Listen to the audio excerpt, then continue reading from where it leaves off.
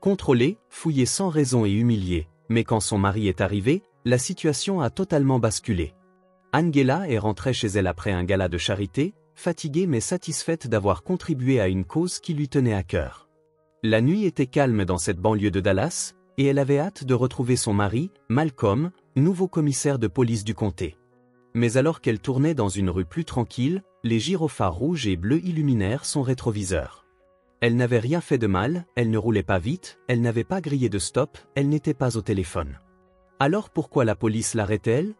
Un contrôle qui tourne à l'humiliation. Angela baissa sa vitre, calme mais perplexe, tandis qu'un officier s'approchait avec un ton sec. Permis et carte grise. Elle obéit sans discuter et osa demander. Officier, puis-je savoir pourquoi je suis arrêté?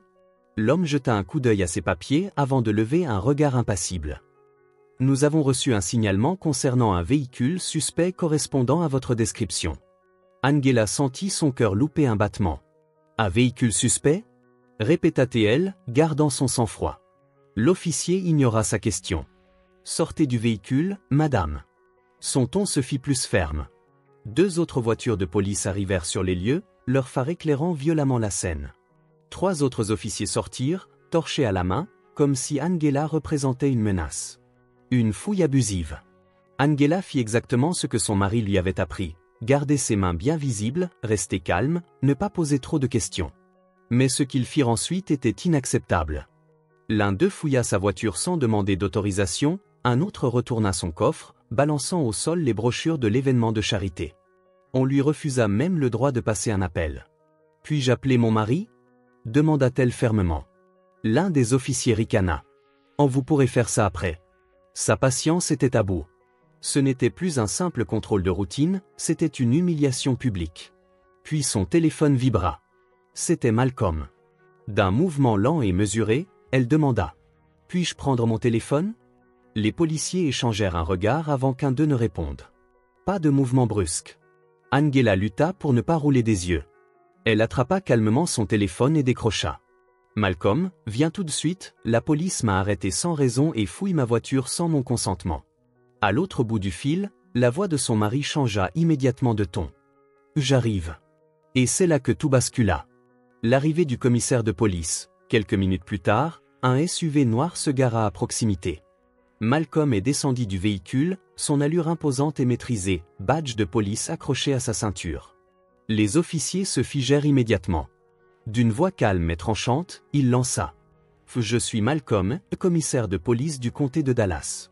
Quelqu'un va m'expliquer pourquoi ma femme est arrêtée et pourquoi sa voiture est fouillée sans motif valable ?» L'officier le plus âgé redressa les épaules, mais évita son regard. « Nous menons une enquête, un véhicule correspondant à sa description a été signalé pour activité suspecte. » Malcolm leva un sourcil. Une berline conduite par une femme en robe de soirée, rentrant d'un gala de charité. « Vraiment ?» Les jeunes policiers échangèrent des regards nerveux. « Nous ne savions pas qui elle était, monsieur. » Malcolm laissa échapper un ricanement froid. « C'est bien là le problème. Il ne s'agit pas de qui elle est, il s'agit de ce que vous venez de faire à une citoyenne innocente. » Le silence tomba. Un scandale en pleine rue. Des passants s'étaient arrêtés, certains enregistrant la scène avec leur téléphone. Angela prit enfin la parole.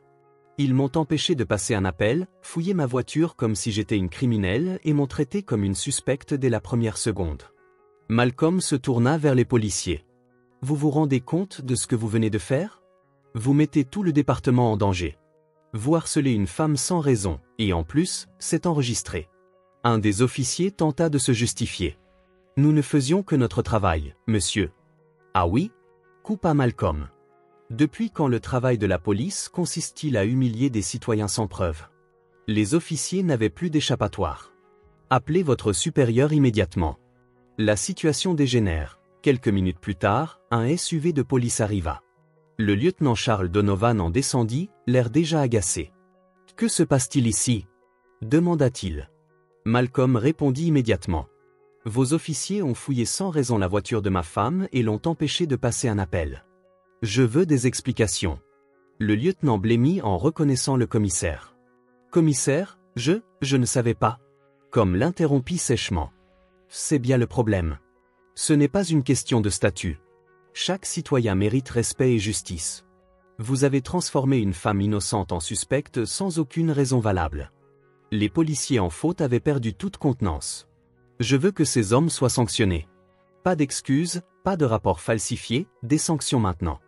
Donovan hocha la tête à contre-cœur, mais ce n'était que le début du scandale.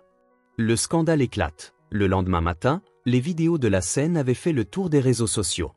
Justice pour Angela, Accountability Matters, réforme de la police maintenant. Les médias s'étaient emparés de l'affaire. À la télévision, un journaliste commenta. Comment une simple femme noire en voiture peut-elle être traitée de la sorte, jusqu'à ce que son mari, commissaire de police, arrive? Une réforme nécessaire face au scandale. Malcolm donna une conférence de presse. Ce qui est arrivé à ma femme arrive tous les jours à d'autres. Ce n'est pas une erreur isolée, c'est un problème systémique. La police de Dallas annonça des sanctions immédiates contre les officiers impliqués et lança un nouveau programme de formation contre les abus de pouvoir. Quant à Angela, elle devint une militante pour la justice, partageant son histoire pour encourager les citoyens à se battre pour leurs droits. Angela ne s'attendait pas à ce que l'incident qu'elle venait de vivre devienne une cause nationale. Mais après cette nuit-là, tout changea. L'arrivée de Malcolm avait fait basculer la situation, mais la véritable onde de choc ne venait que de commencer. Les vidéos de l'incident, diffusées sur les réseaux sociaux, devinrent virales en quelques heures. Le hashtag Justice pour Angela se retrouva dans les premières tendances de Twitter, et des milliers de personnes, de tous horizons, exprimaient leur solidarité. Des activistes, des journalistes, et même des célébrités commencèrent à prendre la parole. L'incident n'était pas seulement une injustice contre Angela, il devenait le symbole d'un problème plus large, les abus de pouvoir, le profilage racial et la discrimination systémique au sein des forces de l'ordre. Beaucoup de personnes dénonçaient la manière dont Angela, une femme noire, avait été traitée, et les vidéos montraient clairement qu'aucune justification légale n'existait pour la fouille ou l'humiliation qu'elle avait subie. Les médias nationaux s'emparèrent rapidement de l'affaire, et l'histoire fit la une des journaux télévisés. Les journalistes se bousculaient pour obtenir une interview de Malcolm et d'Angela. Mais bien que le soutien populaire grandissait, la pression sur les autorités locales augmentait aussi. Malcolm savait qu'il ne pouvait pas permettre que cette affaire soit enterrée comme tant d'autres avant elle. Le lieutenant Charles Donovan, qui avait été impliqué dans l'incident, et les autres officiers responsables, se retrouvèrent rapidement sous enquête interne. Les vidéos, ainsi que les déclarations d'Angela et Malcolm, étaient désormais des preuves accablantes pour la police de Dallas. Cependant, la police tentait encore de minimiser l'ampleur de l'incident, qualifiant l'attitude des policiers de mauvaise gestion de la situation et affirmant que l'intervention était motivée par des raisons de sécurité. Mais Malcolm, avec son statut de commissaire, ne laissait aucune place à l'ambiguïté. Il exigea une enquête indépendante menée par un organisme externe et assura que les officiers responsables seraient tenus de rendre des comptes. Il était déterminé à ne pas laisser passer ce scandale. Angela, quant à elle, se retrouvait au centre d'un mouvement social. Ce n'était pas ce qu'elle avait imaginé en rentrant d'un gala de charité. Mais elle comprit rapidement l'importance de sa situation. Ce qu'elle avait vécu n'était pas un cas isolé, et si elle pouvait utiliser sa voix pour faire une différence, elle le ferait. Elle commença à se rendre à des manifestations, à parler lors de conférences sur les droits civiques et à plaider pour une réforme de la police. Elle se lia avec des avocats spécialisés dans la défense des droits civiques, des représentants politiques et des groupes activistes, formant une coalition unie pour lutter contre la discrimination et les abus policiers. Chaque interview qu'elle donnait, chaque apparition publique, renforçait sa position de militante. Lors d'une conférence de presse, elle déclara « Je ne veux pas que ce qui m'est arrivé à moi arrive à d'autres. Je veux que chaque citoyen, peu importe sa couleur de peau, se sente en sécurité, respecté et protégé. Ce n'est pas un problème isolé. C'est un problème systémique et il est temps d'agir. » Sa détermination et son calme face à l'adversité inspirèrent de nombreuses personnes, et son histoire devint un phare d'espoir pour ceux qui avaient été victimes de discrimination policière. Les conséquences de l'incident se firent également sentir sur le plan politique. Le maire de Dallas, sous pression, annonça une série de réformes dans le département de police de la ville. Une nouvelle formation sur les biais raciaux et les abus de pouvoir fut instaurée pour les policiers, et un programme de surveillance citoyenne fut mis en place pour garantir une plus grande transparence dans les actions de la police. Les responsables politiques locaux commencèrent à plaider en faveur de la réforme de la justice pénale à l'échelle de l'État, affirmant que des actions comme celles des officiers impliqués dans l'incident d'Angela ne pouvaient plus être tolérées. Des discussions furent lancées sur la manière de mettre en place des pratiques policières plus humaines et respectueuses des droits des citoyens. Des mois après l'incident, Angela fut invitée à parler lors de plusieurs événements prestigieux sur les droits civiques.